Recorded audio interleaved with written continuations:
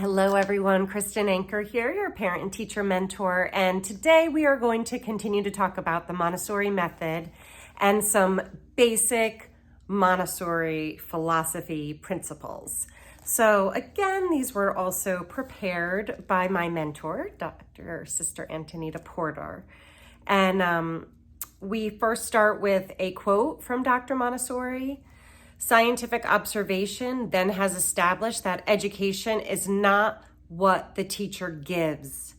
Education is a natural process spontaneously carried out by the human individual and is acquired not by listening to the words, but by experiences upon the environment.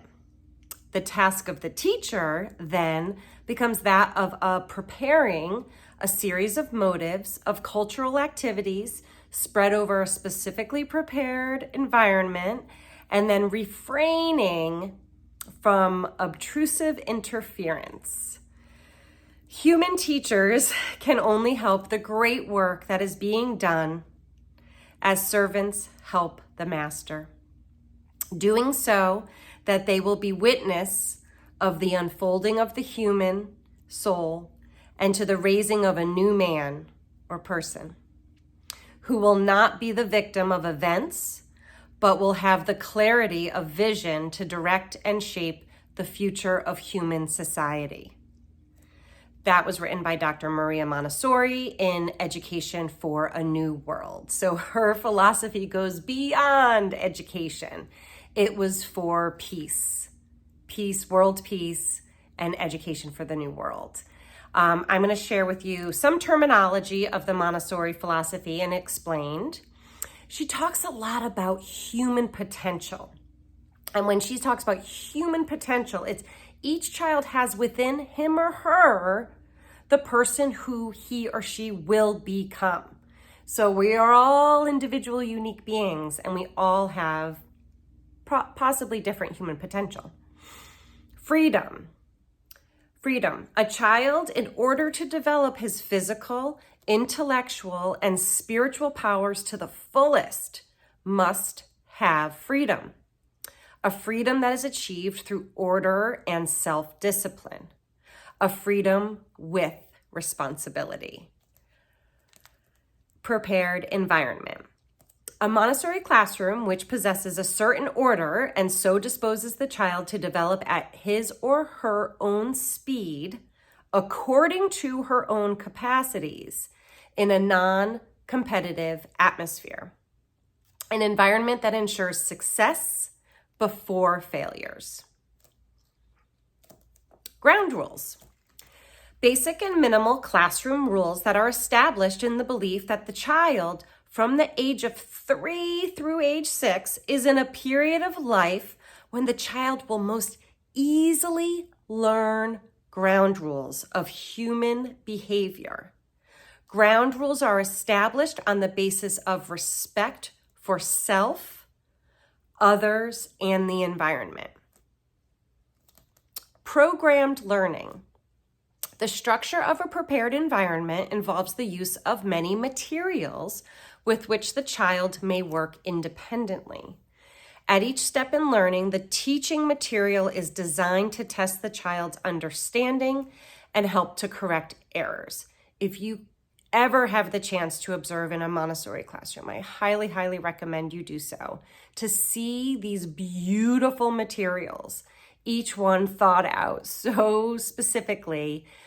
It's really amazing to see it. So that's the programmed learning through those beautifully designed materials based on human development. Auto education, which is individualized learning and self-teaching.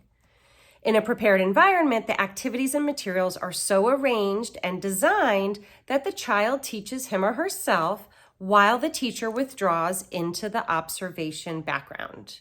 Self-paced progress forms the unique self. Self-motivation. Dr. Montessori recognizes that the only valid impulse as to learning is self-motivation. Inner discipline. If a child is free to learn, it is because of what is acquired from exposure to both physical and mental order. That is inner discipline. This is the core of Dr. Montessori's philosophy. Patterns of concentration, stick-to-itiveness, and the thoroughness established in early childhood produces a confident and competent learning in later years. Everything's in preparation for those later years. Everything has a direct purpose and an indirect purpose in that early childhood environment, Montessori environment. This is the one I love the most. Joy of learning. The prepared environment introduces the child to this joy of learning at an early age and provides a framework in which intellectual and social discipline go hand in hand so that the child may respond to life with his or her complete personality. The absorbent mind.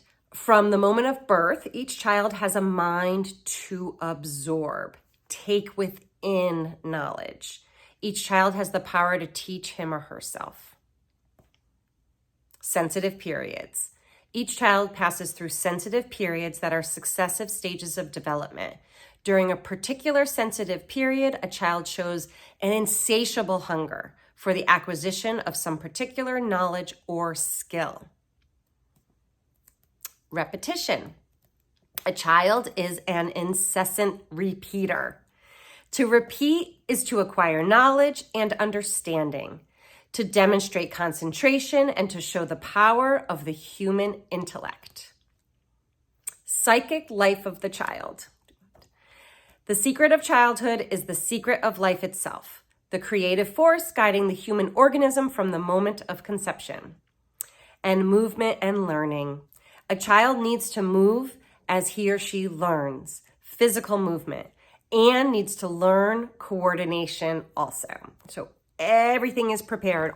All of those lessons in practical life and sensorial, everything has a direct and an indirect aim. And the majority of them are around this sense of independence, this sense of concentration, that coordination of the gross and fine motor, and then that sense of order, which is just developing in that absorbent mind. So I hope that was helpful. Those are the big main terminology in Montessori language.